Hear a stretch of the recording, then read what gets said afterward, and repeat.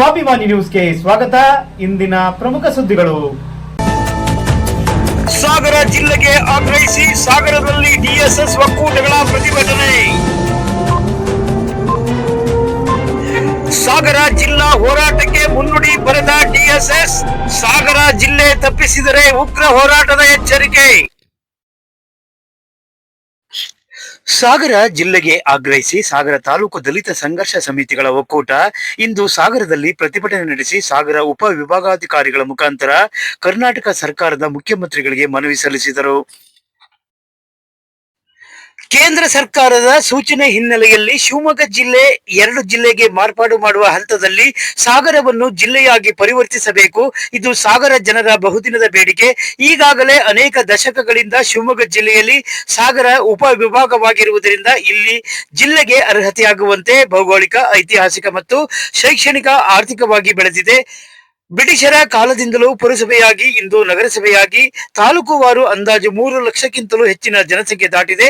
ರಾಜ್ಯಕ್ಕೆ ಮಾದರಿಯಾದ ಕಾಗೋಡು ಚಳುವಳಿ ನಡೆದ ಊರಾಗಿದ್ದು ವಿಶ್ವವಿಖ್ಯಾತ ಜೋಗ ಜಲಪಾತ ಸೇರಿದಂತೆ ಅನೇಕ ಪ್ರವಾಸೋದ್ಯಮ ಸ್ಥಳಗಳಿದ್ದು ಸಾಗರವನ್ನು ಜಿಲ್ಲೆಯಾಗಿಸಬೇಕು. ಇಲ್ಲದಿದ್ದರೆ ಮುಂದಿನ ದಿನಗಳಲ್ಲಿ ಉಗ್ರವಾದ ಹೋರಾಟ ಮಾಡಲಾಗುವುದು ಎಂದು ಪ್ರತಿಭಟನಾಕಾರರು ಎಚ್ಚರಿಸಿದರು. ಪ್ರತಿಭಟನೆಯಲ್ಲಿ ದಲಿತ ಸಂಘಟನೆಗಳ ಪ್ರಮುಖರಾದ ಎಸ್ ಲಕ್ಷ್ಮಣ್ ಸಾಗರ್, ನಾಗರಾಜ್, ರೇವಪ್ಪ ಹೊಸಕೊಪ್ಪ, ನಟರಾಜ್ ಗೆರಬೀಸು, ಅಣ್ಣಪ್ಪ ಕೆಳದಿಪುರ, ಪ್ರೇಮ್ ಬೈರಾಪುರ ಸೇರಿದಂತೆ ಒಕ್ಕೂಟದ ದಲಿತ ಮುಖಂಡರು, ಕಾರ್ಯಕರ್ತರು ಮತ್ತು ಪ್ರಮುಖರು ಇದ್ದರು.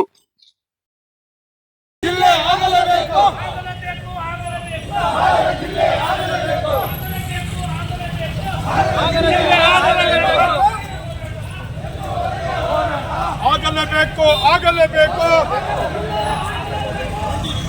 ಸಾಗರ ಜಿಲ್ಲೆ ಆಗಲೇಬೇಕು. ಒಕ್ಕೂಟಕ್ಕೆ ಎಲ್ಲಿಯವರೆಗೆ ಹೋರಾಟ, ಎಲ್ಲಿಯವರೆಗೆ ಹೋರಾಟ, ಎಲ್ಲಿಯವರೆಗೆ ಹೋರಾಟ, ಎಲ್ಲಿಯವರೆಗೆ ಹೋರಾಟ, ಏತಕ್ಕಾಗಿ ಹೋರಾಟ. ಆಗಲಿ ಆಗಲಿ ಜಿಲ್ಲೆ ಆಗಲಿ. ಬೇಕೇ ಬೇಕು, ನ್ಯಾಯ ಬೇಕು, ಬೇಕೇ ಬೇಕು, ನ್ಯಾಯ ಬೇಕು. ಎಲ್ಲಿಯವರೆಗೆ ಹೋರಾಟ, ಎಲ್ಲಿಯವರೆಗೆ ಹೋರಾಟ, ಎಲ್ಲಿಯವರೆಗೆ ಹೋರಾಟ.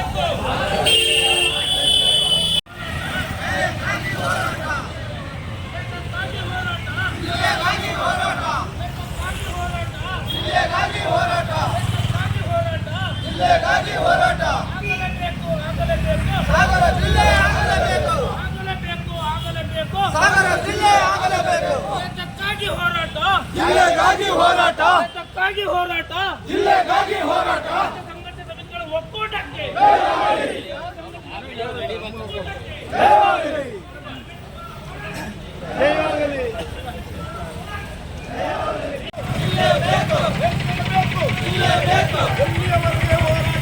ಎಲ್ಲಿಯವರೆಗೆ ಹೋರಾಟ, ಎಲ್ಲಿಯವರೆಗೆ ಹೋರಾಟ, ಎಲ್ಲಿಯವರೆಗೆ ಹೋರಾಟ.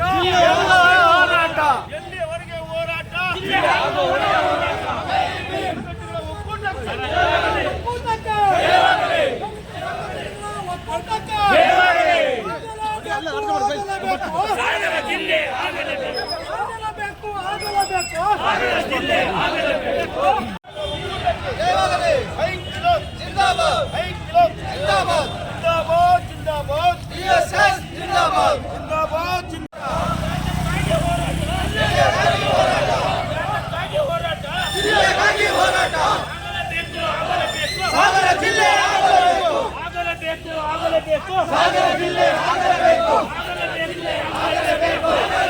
ಆಗಲೇಬೇಕು, ಸಾಗರ ಜಿಲ್ಲೆ ಆಗಲೇಬೇಕು, ಆಗಲೇಬೇಕು, ಆಗಲೇಬೇಕು, ಸಾಗರ ಜಿಲ್ಲೆ ಆಗಲೇಬೇಕು. ಜಿಂದಾಬಾದ್, ಜಿಂದಾಬಾದ್, ಜಿಂದಾಬಾದ್, ಜಿಂದಾಬಾದ್, ಜಿಂದಾಬಾದ್, ಡಿಎಸ್ಎಸ್ ಜಿಂದಾಬಾದ್, ಜಿಂದಾಬಾದ್, ಜಿಂದಾಬಾದ್, ಡಿಎಸ್ಎಸ್ ಜಿಂದಾಬಾದ್. ಡಿಎಸ್ಎಸ್ ಗಳ ಒಕ್ಕೂಟಕ್ಕೆ, ಡಿಎಸ್ಎಸ್ ಒಕ್ಕೂಟಕ್ಕೆ ಆಗಲೇಬೇಕು,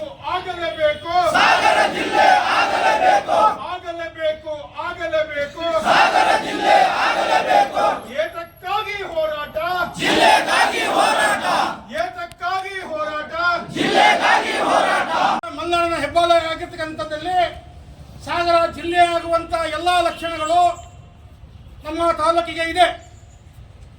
ಆದ್ದರಿಂದ ಮಾನ್ಯ ಸರ್ಕಾರದವರು ಎಚ್ಚೆತ್ತುಕೊಂಡು ನಮ್ಮ ಸಾಗರವನ್ನು ಜಿಲ್ಲೆಯನ್ನಾಗಿ ಮಾಡಬೇಕು ಅಂತ ಹೇಳಿ ಇಡೀ ದಲಿತ ಸಂಘದ ಒಕ್ಕೂಟ ಇವತ್ತು ಹೋರಾಟವನ್ನು ಮಾಡಿ ಮಾನ್ಯ ಯೇಸುವರ ಮುಖಾಂತರ ಸರ್ಕಾರಕ್ಕೆ ಮನವಿಯನ್ನು ಮಾಡ್ತಾ ಇದ್ದೇವೆ.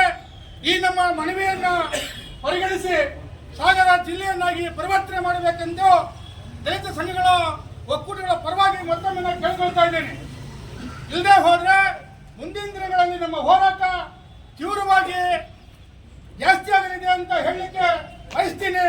ಮತ್ತೆ ಇಲ್ಲಿ ಎಲ್ಲ ದಲಿತ ಸಂಘಟನೆಗಳು ಒಕ್ಕೂಟದಿಂದ ಸೇರಿ ಈ ಒಂದು ಸಹಕಾರ ಸಂಘ ಈ ಒಂದು ಹೋರಾಟಕ್ಕೆ ಸಹಕಾರ ಮತ್ತು ನೀಡಿದ ಎಲ್ಲ ಸಂಘಟನೆಗಳಿಗೂ ಹೊಂದಿಸಿ ಮಾತಾಡಲಿಕ್ಕೆ ಮತ್ತೆ ಅವಕಾಶ ಮಾಡಿಕೊಟ್ಟಂತ ತಮ್ಮೆಲ್ಲ ಅಂತೇಳಿ ಸಾಗರ ಜಿಲ್ಲೆ ಆಗಲಿಕ್ಕೆ ಬೇಕಾಗಿರ್ತಕ್ಕಂಥ ಭೌಗೋಳಿಕ ಮತ್ತು ಜನಸಂಖ್ಯೆ ಮತ್ತು ಇತಿಹಾಸ ಎಲ್ಲದೂ ಕೂಡ ಇದೆ.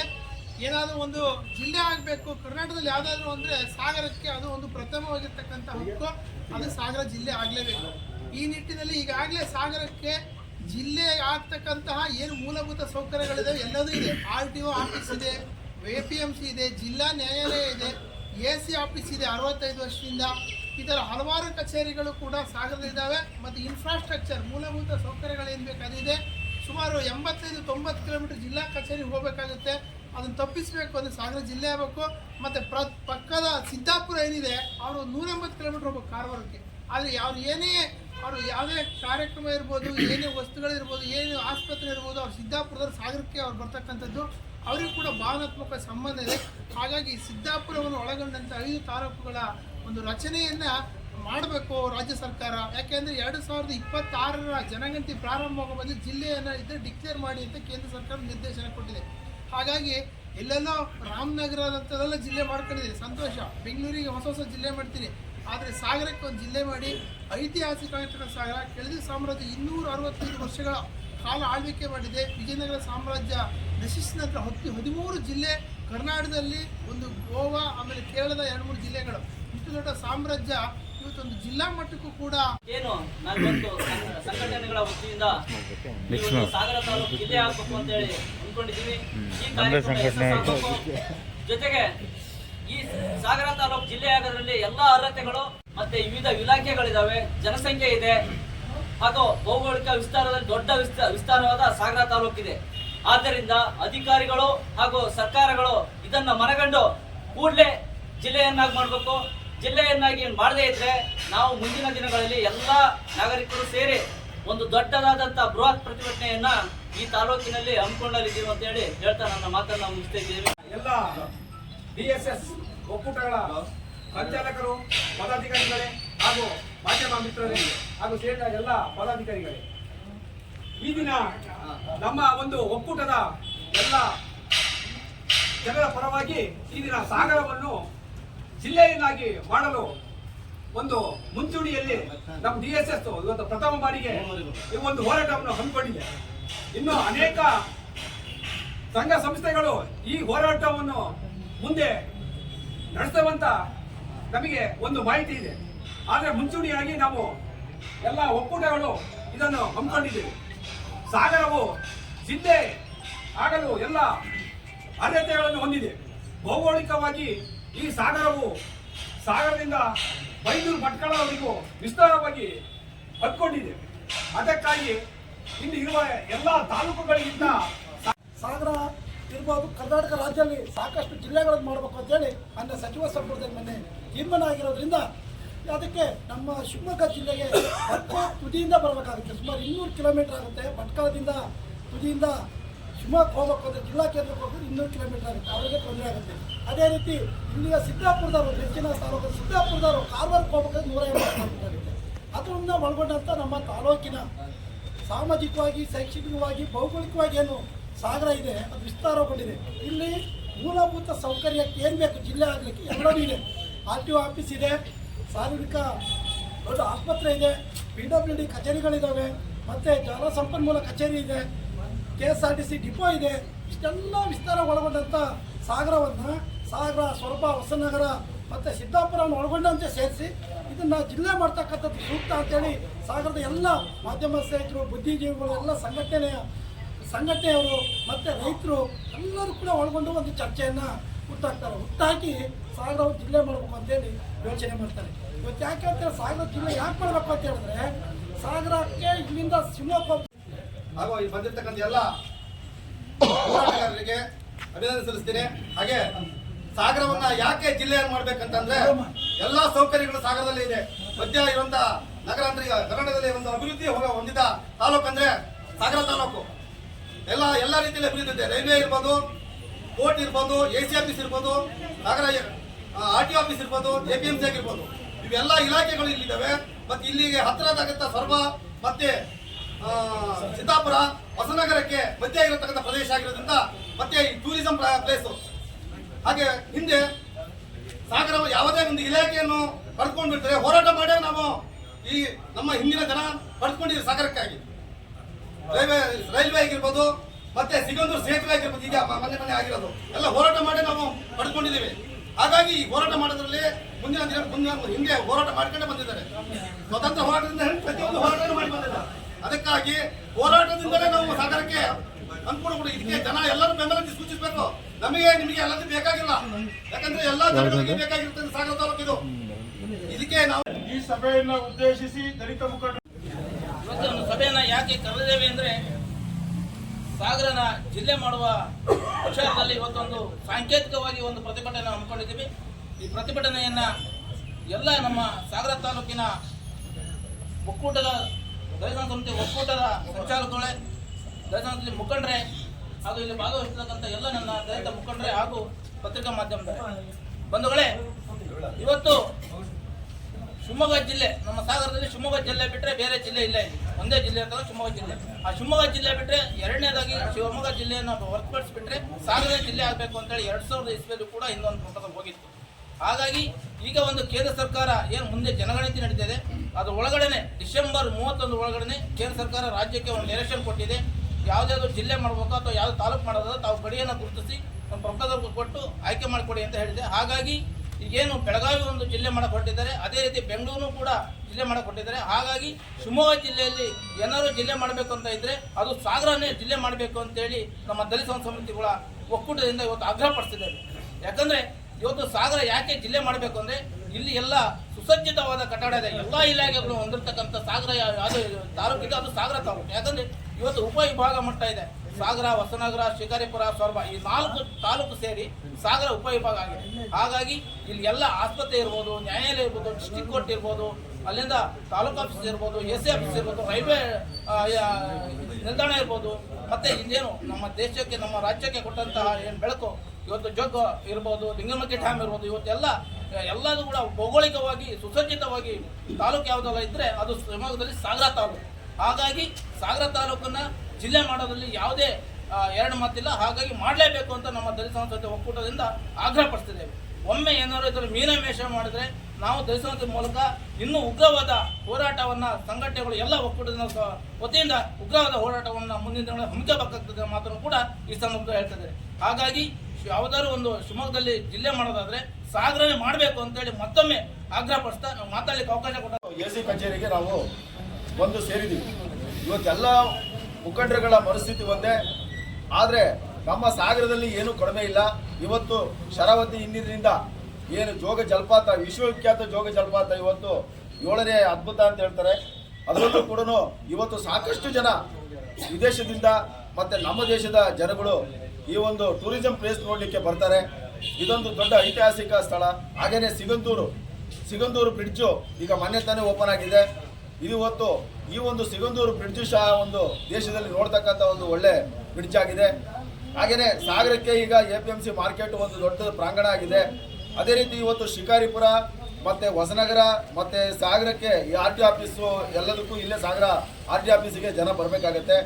ಮತ್ತು ಹಾಗೆಯೇ ಸಾಗರದಲ್ಲಿ ಇರ್ತಕ್ಕಂಥ ನಮ್ಮ ಉಪವಿಭಾಗೀಯ ಆಸ್ಪತ್ರೆ ಕೂಡ ಒಂದು ದೊಡ್ಡ ಮಟ್ಟದ ಆಸ್ಪತ್ರೆ, ಮತ್ತು ಹಾಗೆಯೇ ತಾಯಿ ಮಕ್ಕಳ ಆಸ್ಪತ್ರೆ, ಈ ಎಲ್ಲದಕ್ಕೂ ಇವತ್ತು ಸುತ್ತಮುತ್ತ ಸೊರಬ, ಶಿಕಾರಿಪುರ, ಹೊಸನಗರ, ಸಿದ್ದಾಪುರ ಮತ್ತು ಭಟ್ಕಳ, ಬೈಂದೂರು ಎಲ್ಲ ಕಡೆಯಿಂದನೂ ಬಂದು ಜನ ಇಲ್ಲಿಗೆ ಬರ್ತಾರೆ. ಆದರೆ ಇದೊಂದು ದೊಡ್ಡ ಕೇಂದ್ರ. ಆದರೆ ಇವತ್ತು ಭೌಗೋಳಿಕವಾಗಿ ನಾವು ಹೇಳಬೇಕಂದ್ರೆ ಸಾಗರ ಬಹುದೊಡ್ಡ ವಿಶಾಲವಾಗಿದೆ ಮತ್ತು ಜನಸಂಖ್ಯೆಯಲ್ಲೂ ಕೂಡ ಭಾಳಷ್ಟಿದೆ. ಆದರೆ ಇವತ್ತು ಶಿವಮೊಗ್ಗ ಡಿಸ್ಟಿಕಲ್ಲಿ ಹೋಲಿಸ್ಕೊಂಡ್ರೆ ಸಾಗರನೇ ದೊಡ್ಡ ಊರು. ಮತ್ತು ಅದು ಕೂಡ ಇವತ್ತು 70-80 ಕಿಲೋಮೀಟರ್ ನಾವು ಸಾಗರದಿಂದ ಶಿವಮೊಗ್ಗಕ್ಕೆ ಹೋಗಿ ಬರಬೇಕಾಗುತ್ತೆ, ಒಂದು ದಿನನೇ ಹಿಡಿಯುತ್ತೆ.